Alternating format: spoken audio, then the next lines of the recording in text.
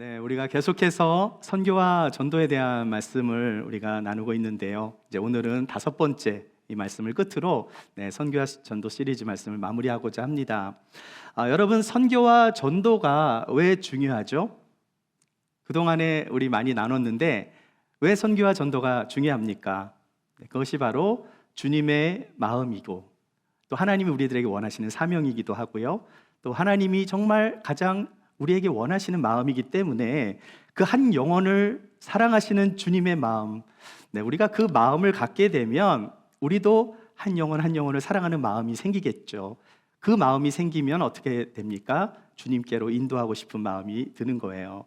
그래서 오늘 나눌 설교 제목이 주님의 사랑으로 전도하십시오입니다. 자, 그래서 오늘 여러분에게 오늘 나누고 싶은 말씀은요, 사랑이에요. 사랑.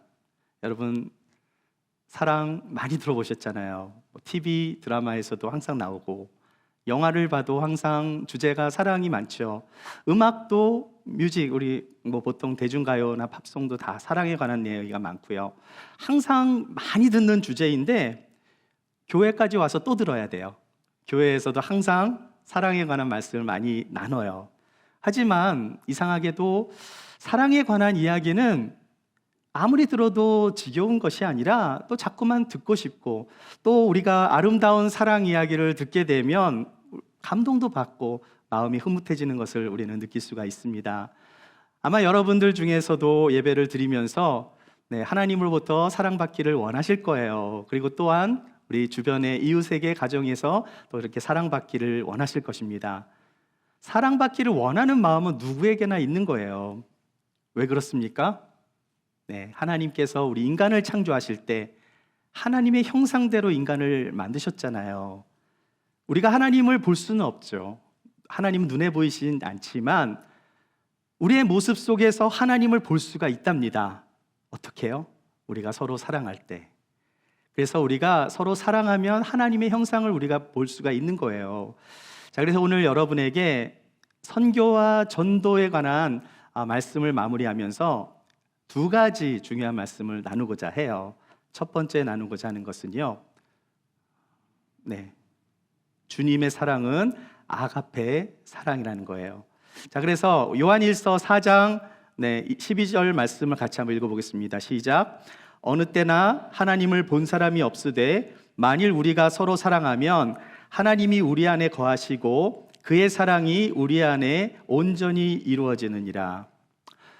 우리가 하나님을 어떻게 경험할 수 있다 그래요?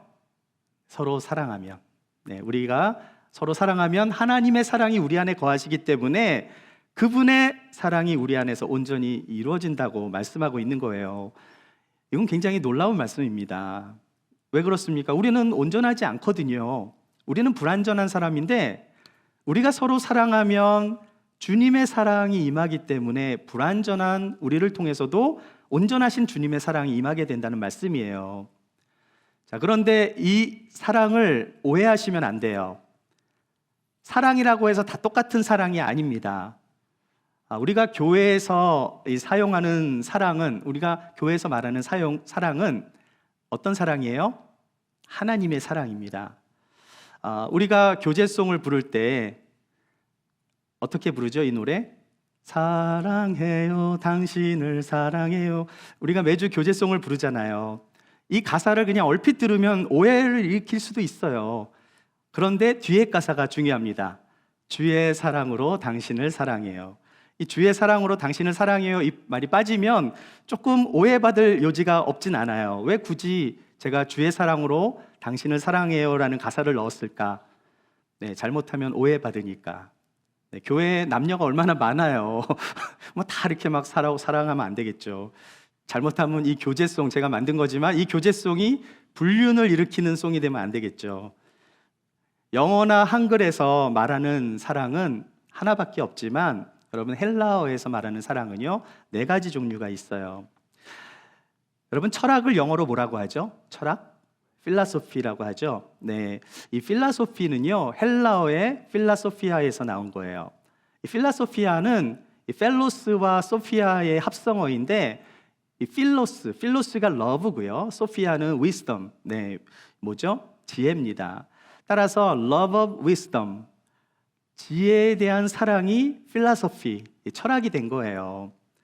자, 여기서 말하는 사랑, 이 사랑이 필로스인데, 자, 명사형으로 하면은 이 필리아라 그러고 동사형은 이제 필레오인데요. 여러분, 예전에 제가 빌레몬서 강해를 할 때 빌레몬의 이름의 뜻이 뭐라 그랬죠? 형제의 사랑이거든요. 파일리몬, 영어로는 파일리몬이 빌레몬인데 이름은 그 필레오, 사랑에서 온 거예요. 필레오, 필레몬이 된 겁니다. 그래서 필리아, 필레오 모두 친구에 대한 사랑, 우정에 대한 이런 마음, 가족이 아니라 친구. 네. 그래서 제가 여러분한테 좀 질문 하나 드려볼게요. 여러분, 고대 그리스 철학자 생각나시는 분들 있으세요? 고대 그리스 철학자 그러면, 자, 이 철학자들이 사랑에 대해서 많이 나눴어요. 이야기를 많이 했는데 어떤 사랑에 대해서 많이 나눴을까? 그리스 철학자들입니다. 필리아가 뭐라 그랬죠? 형제의 사랑이라 그랬잖아요. 네, 친구의 사랑, 우정. 자, 에로스는 여러분 다 아시죠? 필리아와 에로스 중에 어느 단어를 많이 사용했을까요? 필리아를 많이 사용했을 것이다. 에로스를 많이 사용했을 것이다. 네. 여러분이 잘 아는 고대 철학자들 뭐 누가 있을까요? 뭐 아리스토텔레스, 플라톤, 또 누가 있죠? 소크라테스, 네네네, 뭐 이런 철학자들. 자, 그런데 이 철학자들이 예수님 시대보다 한 300~400년 먼저 세대 사람들이에요. 근데 이 흥미로운 것은 뭐냐면 이들 그리스 고대 철학자들도 사랑에 대해서 많이 이야기를 했는데 에로스에 대해서 많이 이야기를 했어요. 에로스 하면 뭡니까? 남녀 간의 사랑, 뭐 욕망의 사랑으로 우리가 알고 있지만 원래 에로스의 뜻은 가치 있는 것을 사랑하는 게 에로스였어요. 자, 그런데 이 에로스가 2500년 뭐 이렇게 시대가 지나면서 많이 바뀌어집니다, 뜻이. 특별히 요즘 헐리우드에서 이 에로스라는 단어가 좀 다른게 변질을 시킨 게 되게 많거든요. 하지만 처음부터 그렇게 사용되지는 않았어요. 자, 예를 들어서 지식을 넓히기 위해서 책을 사랑해, 이때 쓰는 단어가 에로스입니다. 음악을 더 잘하기 위해서 음악을 막 나는 사랑해야지, 에로스를 씁니다. 건강을 위해서 어떻게 합니까? 건강하게 운동해야지, 운동을 사랑하는 마음. 이때 사용한 사랑을 에로스라고 했어요. 다시 말해서 더 가치 있는 것을 사랑하는 것이 그 에로스 사랑이에요. 철학자들은 인생에서 더 의미가 있는 것, 더 가치 있는 것이 무엇일까? 항상 이것만 연구하며 그렇게 추구하며 뭔가 의미를 찾아내려고 애를 썼거든요. 자, 그런데 그들이 깨달은 것이 무엇일까요? 그것은 자기가 사랑하는 것을 사랑한다라는 거였어요. 자기가 사랑하는 것을 사랑하는 것이 바로 인간의 사랑이다. 그것이 욕망이 된 겁니다. 자, 그래서 사람은 죽을 때까지 더 가치 있는 것을 찾게 되어 있는데 어쩌면은 그때부터 불행이 찾아올 수 있다라고 볼 수 있는 거예요. 왜 그렇습니까? 인간의 사랑은 언제나 더 좋은 것을 원하잖아요. 더 가치 있는 것을 쫓아다니며 그렇게 찾고 있다가 어떻게 됩니까? 더 좋은 것을 얻으려다 불의에 빠지기도 하고요. 더 좋은 것을 추구하려다 보니까 욕망에 사로잡히게 되었던 거예요. 자, 그래서 결국 인간이 추구하는 사랑은 필리아가 아닌 에로스가 된 것입니다. 근데 여러분, 성경에 보면은요, 이 에로스란 단어가 한 번도 등장하지 않아요. 가치 있는 것, 더 가치 있는 것이 에로스인데 성경에서 말하는 사랑은 그 사랑의 주체가 다릅니다. 그 사랑의 주체가 누구죠? 하나님이세요. 하나님이 인간을 사랑하신다라는 거예요. 성경이 기록되기 전에 그리스 사람들은 그 사랑의 단어를 에로스로 많이 사용을 했습니다. 때로는 뭐 필레오 사용했어요. 가족 간의 사랑을 스트로게라고 합니다. 그것도 많이 사용했어요. 자, 그런데 우리가 잘 아는 요한복음 3장 16절 말씀 같이 한번 보실까요? 요한복음 3장 16절. 하나님이 세상을 이처럼 사랑하사 독생자를 주셨으니. 자, 여기서 말하는 사랑하사, 아가페 사랑을 말하고 있는 거예요. 사랑하사는 동사형이기 때문에 헬라어를 보면은 아가파오라고 말을 하고 있어요.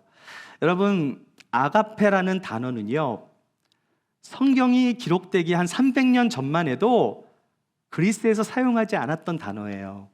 다시 말해서 예수님이 태어나시기 전에는 그냥 사장된 단어, 죽은 단어가 아가페였어요. 왜 그랬을까? 그 당시 고대 철학자들뿐만이 아니라 사람들이 추구하는 사랑이 어떤 사랑입니까? 에로스 사랑이었어요. 더 가치 있는 것을 추구하는 사랑, 에로스입니다. 그것이 욕망이 된 거예요. 여러분, 세상에 누가 가치 없는 사랑을 하는 사람이 어디 있겠어요? 그런데 한 분 계시는 거예요. 누구실까요? 예수님이 이 땅에 오신 거예요. 가치 없는 것을 사랑하는 사랑이 바로 아가페 사랑의 원래 의미예요. 사랑하는 사람을 위해서 희생하는 사랑.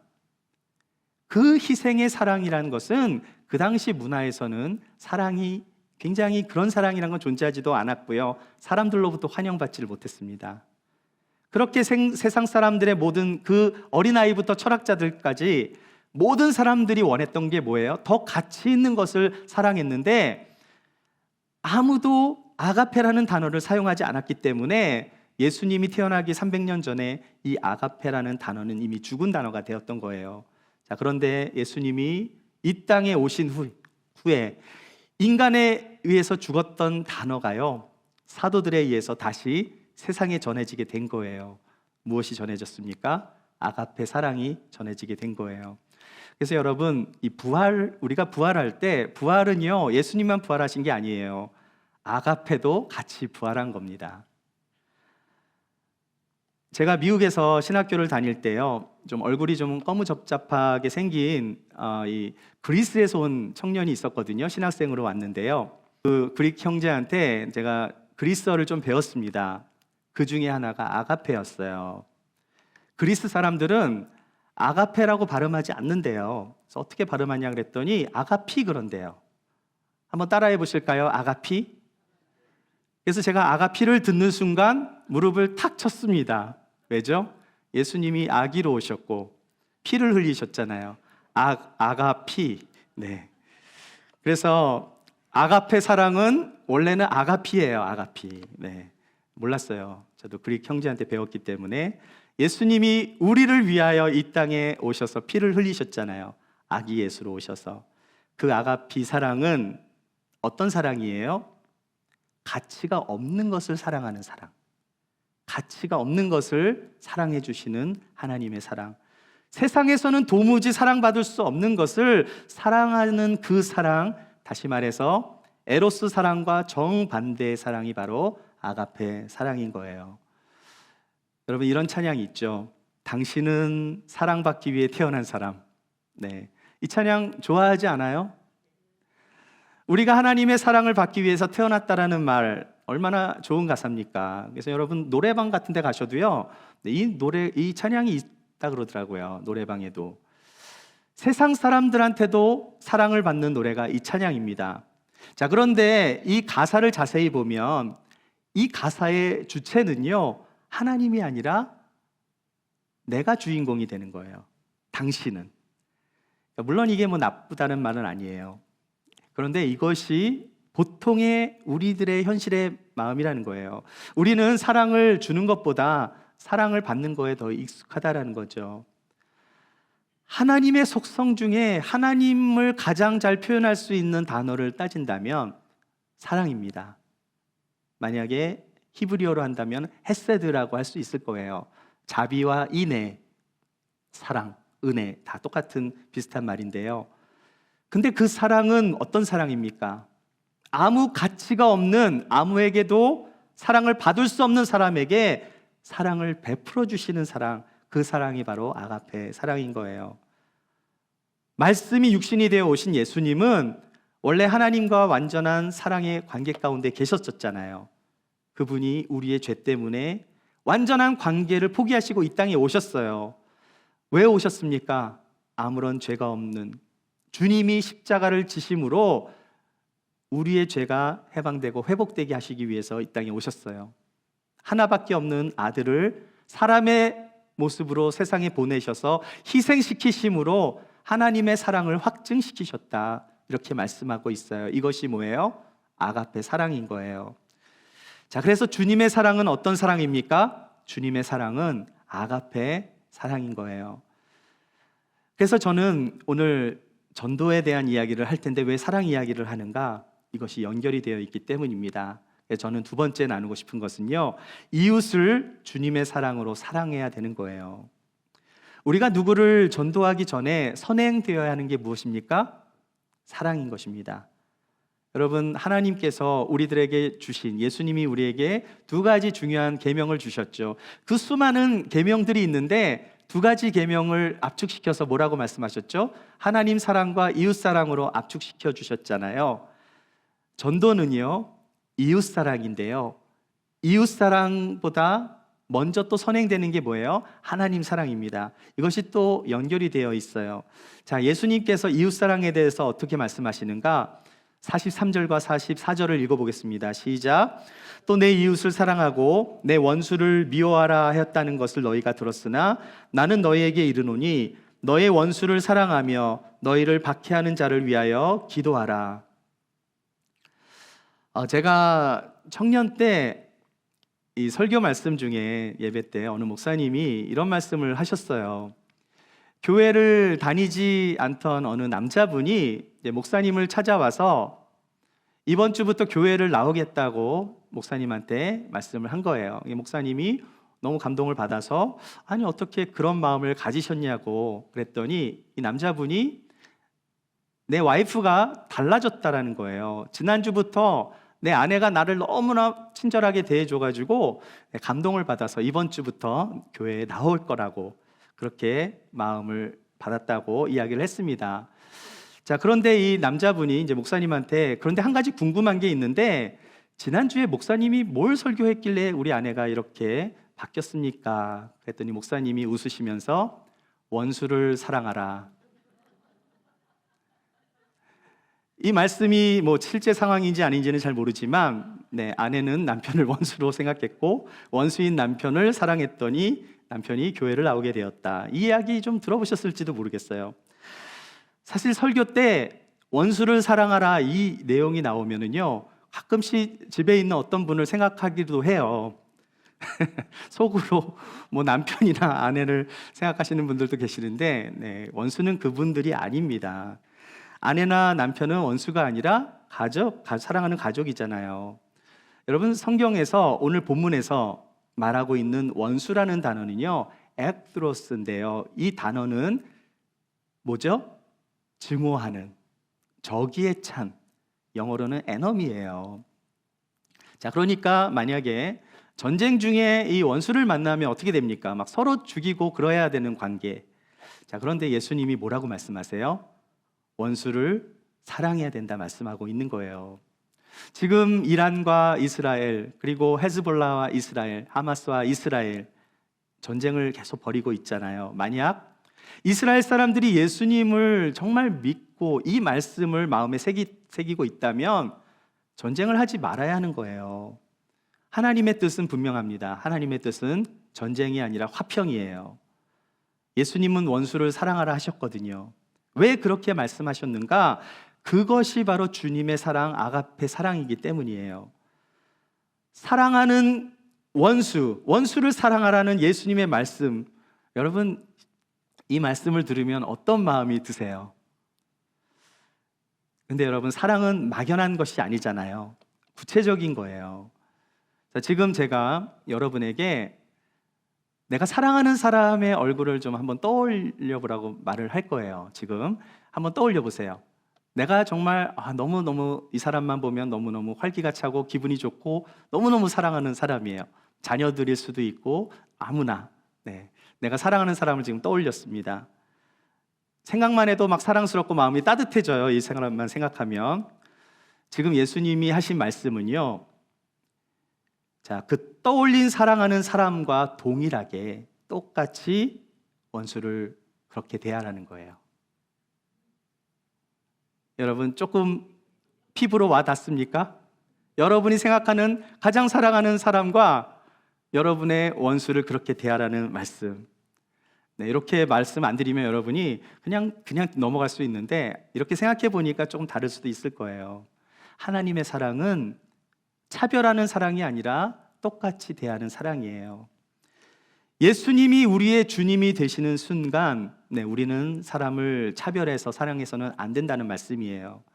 야고보서 말씀을 보시면 너희가 만일 성경에 기록된 대로 내 이웃 사랑하기를 내 몸과 같이 하라 하신 최고의 법을 지키면 잘하는 것이거니와 만일 너희가 사람을 차별하여 대하면 죄를 짓는 것이니 율법이 너희를 범법자로 정죄하리라.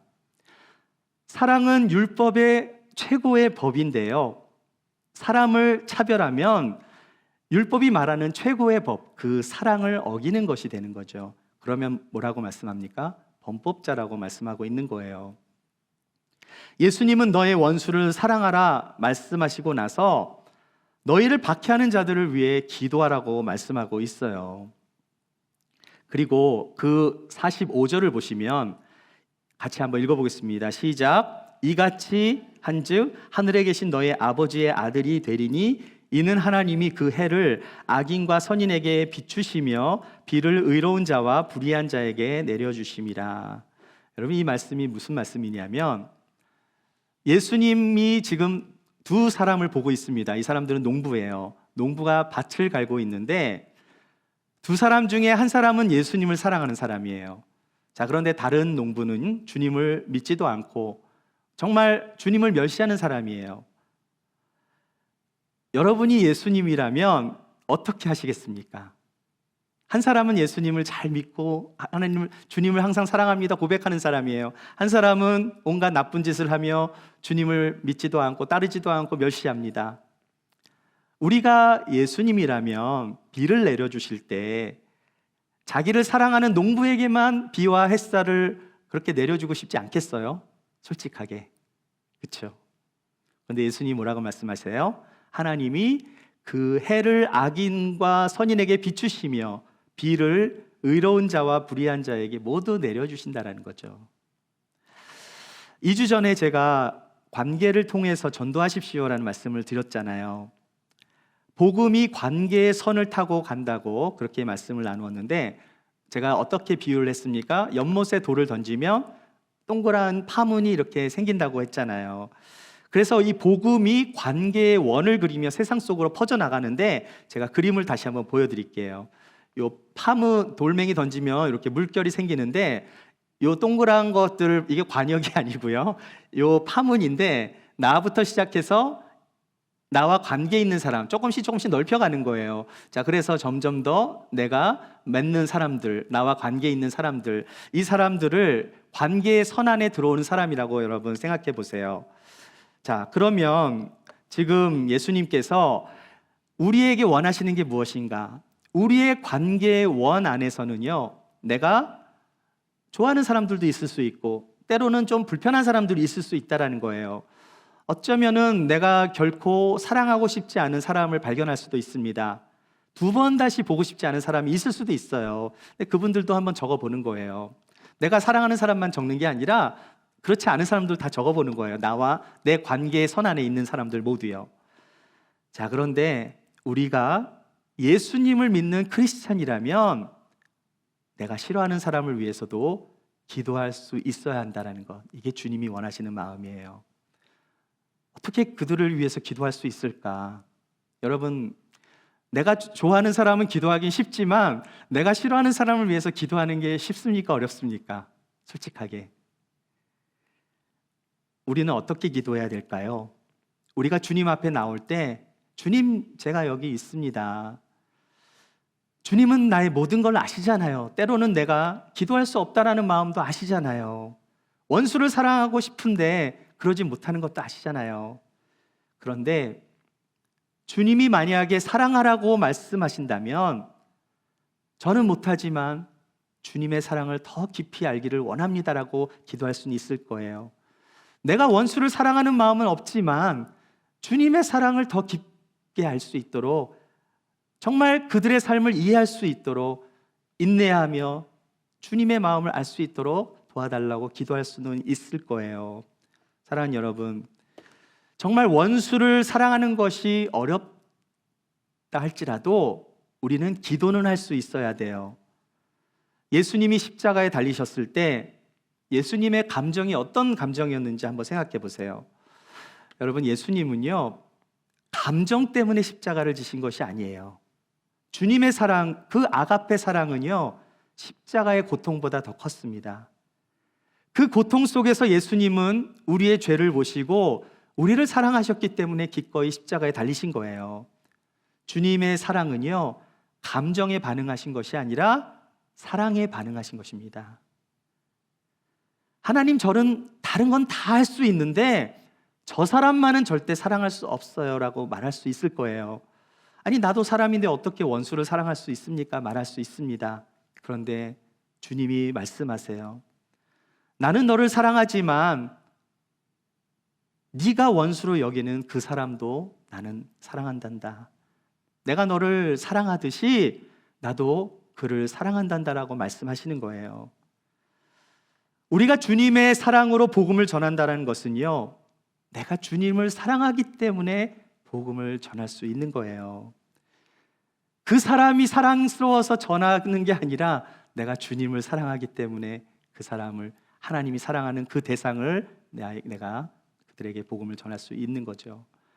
예수님께서 부활하시고 난 다음에 제자들에게 나타나 제자들과 함께 조반을 드시고 베드로와 따로 대화를 하셨어요. 여러분이 잘 아시는 말씀입니다.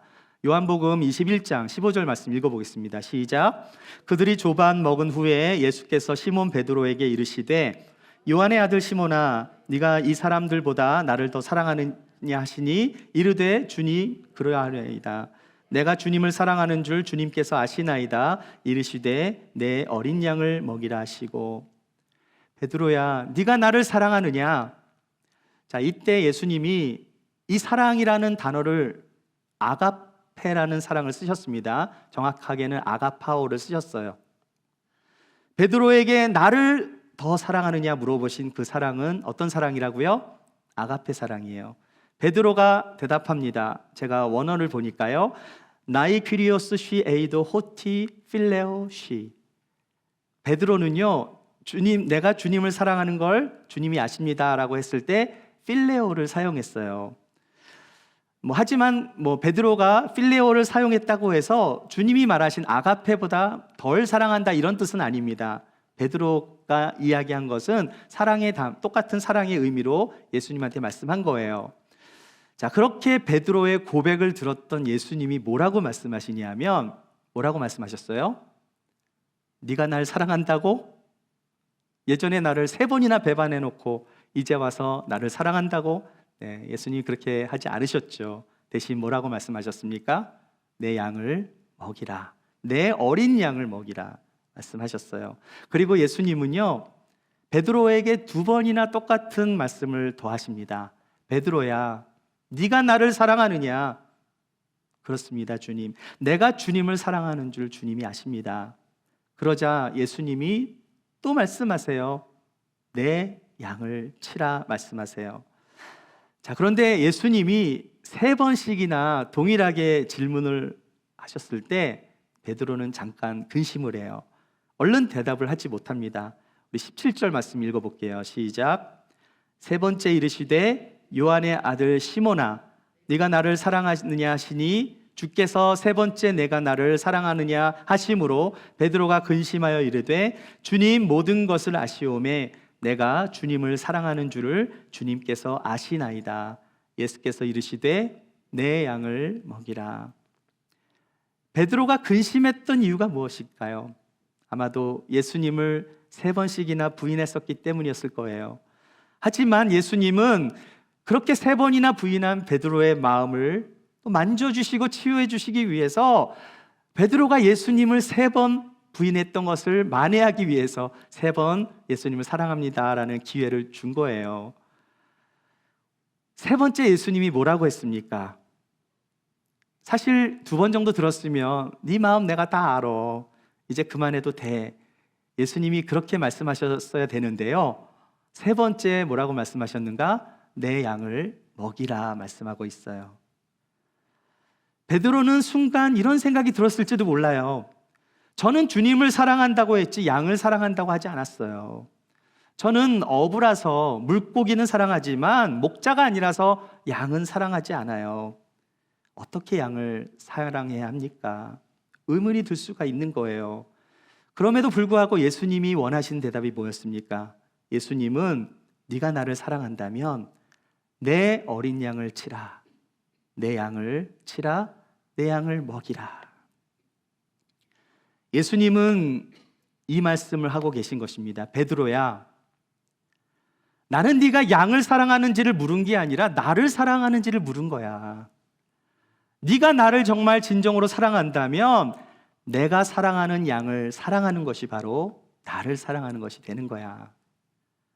주님은 3번씩이나 베드로에게 이 말씀을 하시고 베드로에게 주님의 양을 맡기신 것입니다.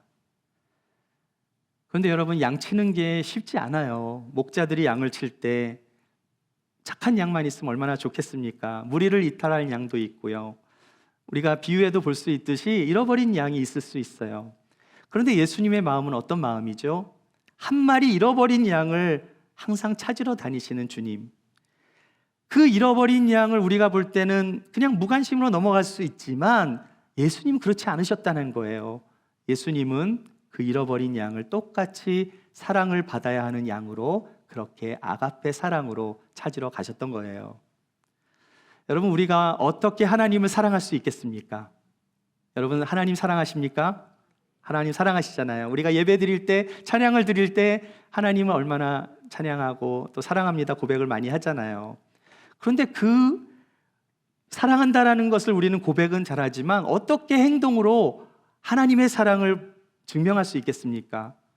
무엇이 하나님을 사랑하는 증거가 될까요? 오늘 이 말씀을 생각하셔야 돼요. 하나님이 사랑하시는 대상을 우리가 사랑하는 것, 우리가 진정으로 주님의 사랑으로 이웃을 사랑한다면 그것이 바로 우리가 하나님을 사랑하는 것이 된다라는 거예요. 그래서 사랑하는 여러분, 선교와 전도의 핵심은 영혼을 사랑하는 마음이에요. 영혼을 사랑하는 마음이 없다면 복음의 능력은 나타나지 않는 것입니다. 우리는 기억해야 해요. 마지막 말씀 같이 읽어보겠습니다. 시작. 내가 사람의 방언과 천사의 말을 할지라도 사랑이 없으면 소리나는 구리와 울리는 꽹과리가 되고, 내가 예언하는 능력이 있어 모든 비밀과 모든 지식을 알고 또 산을 옮길 만한 모든 믿음이 있을지라도 사랑이 없으면 내가 아무것도 아니요. 전도와 선교 이야기인데 왜 자꾸 사랑 이야기 하냐고요? 네, 저도 제가 이런 설교를 할 줄 몰랐어요. 말씀을 준비하면서 전도와 선교에 대한 말씀을 막 이렇게 해야 된다가 아니라 중요한 것은 사랑이구나를 알려주셨어요. 사랑이 없으면 천사의 말을 해도 울리는 꽹과리와 같다라는 거예요. 천사의 말, 우리가 방언도 할 수 있고 우리가 복음을 전하는 것도 하늘의 말이잖아요. 그런데요, 사랑이 없으면 아무것도 아니라는 거예요. 예언과 지식과 믿음이 있어도 사랑이 없으면 아무것도 아니래요. 선교와 전도 시리즈 마치면서 그동안 제가 5번의 말씀을 통해서 계속해서 강조한 말씀이 무엇입니까? 주님을 모르는 사람에게 아무리 많은 지식을 전달해주고 나의 믿음을 아무리 보여주려고 하고 정말 내가 아무리 많은 간증을 한다 할지라도 사랑이 없으면 통하지 않는 거예요. 여러분, 전도가 어렵습니까? 저는 어렵다고 생각해요. 쉽지 않습니다. 그런데 전도는요, 사랑하는 마음이 있으면 할 수 있다고 생각해요. 그 사랑은 나에게는 없지만 내가 주님과 동행함으로 주님이 주시는 그 아가페 사랑이 나의 마음 가운데 임하게 되면 우리는 불완전하지만 완전하신 주님의 사랑으로 우리는 주님의 마음으로 한 영혼을 사랑으로 인도할 수 있는 것입니다. 여러분, 나에게 계속해서 사랑이 부족하면 어떻게 해야 합니까? 주님이 말씀하셨거든요. 나를 박해하는 사람이라도 기도하라고. 기도하면 주님의 사랑이 얼마나 큰지 알게 될 줄 믿습니다.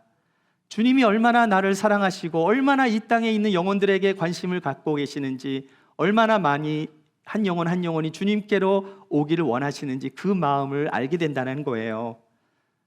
주님을 모르는 영혼에게 우리가 어떻게 하나님을 보여줄 수 있겠습니까? 우리가 주님의 사랑으로 사랑하면 보이지 않는 하나님의 사랑이 우리에게 임하여 주님을 모르는 영혼에게 하나님을 경험할 수 있도록 하나님의 형상을 보여줄 수 있는 것입니다. 이 세상에서 온전하신 분은 예수님밖에 없으세요. 하지만 온전하신 주님의 사랑으로 우리가 사랑하면 온전하신 그분의 사랑으로 인하여 내가 변하고 우리의 가족이 변하고 나의 관계의 선안에 계신 모든 분들이 변화될 줄 믿습니다. 주님의 사랑을 나누십시오. 그분의 사랑은 가치 없는 것을 가치 있게 만들어주시는 사랑이에요. 주님의 사랑으로 복음을 전하십시오. 우리의 삶에서 주님의 사랑을 이웃에게 증거하며 한 영혼 한 영혼을 주님께로 인도할 수 있는 저와 여러분이 되시기를 주의 이름으로 축원합니다.